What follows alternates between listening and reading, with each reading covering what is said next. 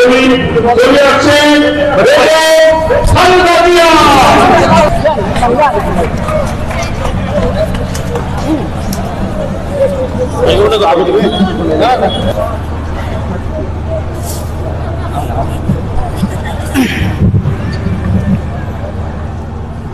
বিসমিল্লাহির রহমানির রহিম।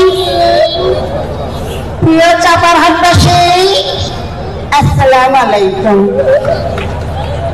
ইনশাআল্লাহ আপনারা সবাই ভালো আছেন। আপনারা কেমন আছেন? আলহামদুলিল্লাহ, আমিও ভালো আছি। একটু অসুস্থ, তারপরে দু একটি কথা না বললেই নয়। মন খারাপ করবেন? চলবে? আপনারা জানেন এই স্বৈরাচার খুনি হাসিনা জিয়া পরিবার এবং বাংলাদেশ জাতীয়তাবাদী শক্তিকে ধ্বংস করে দিতে চেয়েছিল, ঠিক কিনা? কথা বলবেন, ঠিক কিনা? আন্দোলনের মাধ্যমে, বৈষম্য বিরোধী ছাত্র আন্দোলনের মাধ্যমে এই স্বৈরাচারকে বাংলাদেশ থেকে বের করে দেওয়া হয়েছে। এই স্বৈরাচার জামায়াতে ইসলাম, বিএনপি এবং বাংলাদেশের সকল রাজনৈতিক দলকে উপেক্ষা করে বাংলাদেশকে দিল্লির গোলাম বানাতে চেয়েছিল।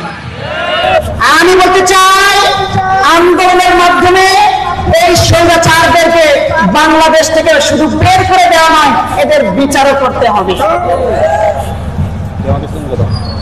আপনারা জানেন এই স্বৈরাচার আমাকে জেলখানার ভিতরে আবদ্ধ করে রেখেছিল। ইনশাআল্লাহ আমি মুক্ত হয়েছি। সুযোগ পেলে আবারও আসবো, দেখা করব। আপনারা সবাই আমার স্বামী শহীদ প্রেসিডেন্ট জিয়াউর রহমানকে চেনেন।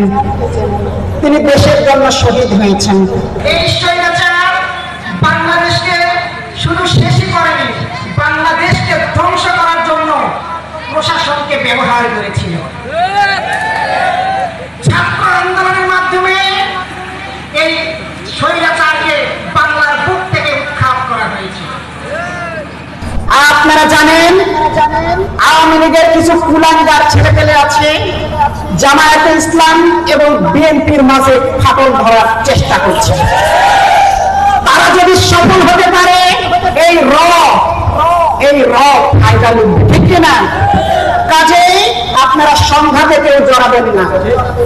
আমরা শান্তিপূর্ণভাবে বাংলাদেশকে এগিয়ে নিয়ে যেতে চাই জনগণের মতামতের ভিত্তিতে, ঠিক কিনা? আপনারা ভেড়া, আপনারা ছাগল, আপনারা গরু পালন করে স্বাবলম্বী হবেন ইনশাআল্লাহ। সর্বোপরি বলতে চাই, যারা এই সাংস্কৃতিক অনুষ্ঠানের ব্যবস্থা করেছে তাদেরকেও ধন্যবাদ, আপনাদেরকেও ধন্যবাদ। বাংলাদেশ জিন্দাবাদ। আসসালামু আলাইকুম।